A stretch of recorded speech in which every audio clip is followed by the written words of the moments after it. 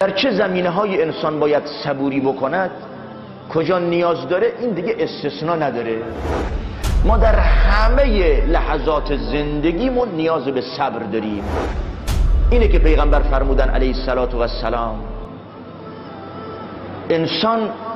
انسان مؤمن البته بعد از ایمان و اسلامش، انسان مؤمن هیچ بخششی و هیچ نعمتی از جانب الله جل شأنه بهتر و برتر و عظیمتر از صبر به او داده نشده. کسی که خداوند بهش صبر و تحمل داده، منت و نعمت عظیمی خداوند بهش بخشیده و ارزانی داشته.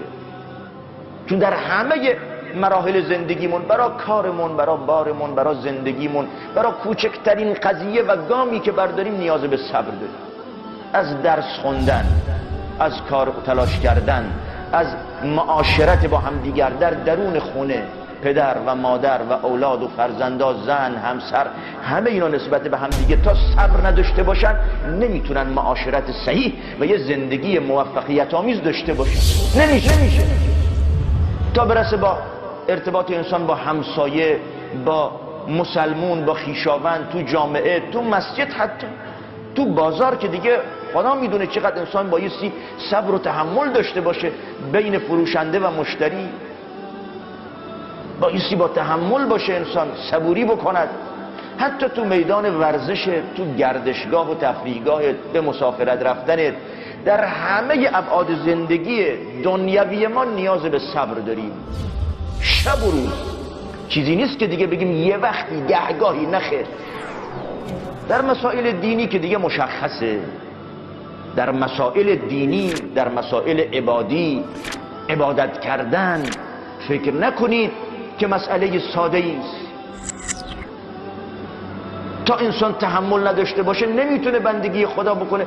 ببینید پروردگار به رسولش علیه السلام میفرمایند فاعبده واصطبر لعبادته. به پیغمبر امر میکنه علیه السلام فاعبده، خدا رو بندگی بکن، رب السماوات والارض فاعبده واصطبر لعبادته. پروردگار زمین و آسمان هاست الله جل شأنه، وی رو بندگی و عبادت بکن واصطبر لعبادته، و در برابر عبادت و بندگی که میکنید صبوری بکن. تا صبر نداشته باشید عبادت هم نمیتونید بکنید. و خیلی جالبه که پروردگار در این گونه موارد استبر رو بیان میکند. در جای دیگه وقتی امر به نماز میکنه، نماز یه بخش عظیمی از عبادت است. و امر اهلک بالصلاة واصطبر علیها. بازم امر به پیغمبر علیه السلام خانواده ات رو امر بکن به برگزاری نماز، که خود و اهلت نمازگزار باشند. واصطبر علیها. این نماز خوندنم همینطوری نیست، هر کی نمیتونه بخونه. واصطبر علیها، و بر نماز خوندن و بر پاداشتن نماز صبوری بکن. تا آدم حوصله نداشته باشه نمیتونه 5 وقت نماز بخونه. در شرایط گوناگون مشغولید، سرگرمید به مسائل گوناگون، کار، تجارت، خرید، فروش، نمیدونم بازی، سرگرمی، نشست، برخاست، مراسم، ابعاد گوناگون زندگی ما داریم. در همه شرایط وقت نماز خدا مشخص کرده، بایستی وضو بگیرید، برید به سوی مسجد، نمازتو برگزار بکنید با یک کیفیت خاصی، با شرایط خاصی. این حوصله میخواد. واصطبر علیها. و خداوند در هر دو جا نفرمود واصبر، فرمود واصطبر. فاعبده واصطبر لعبادته و امر اهلک بالصلاة واصطبر علیها. اصطبر و نه اصبر. حالا چرا؟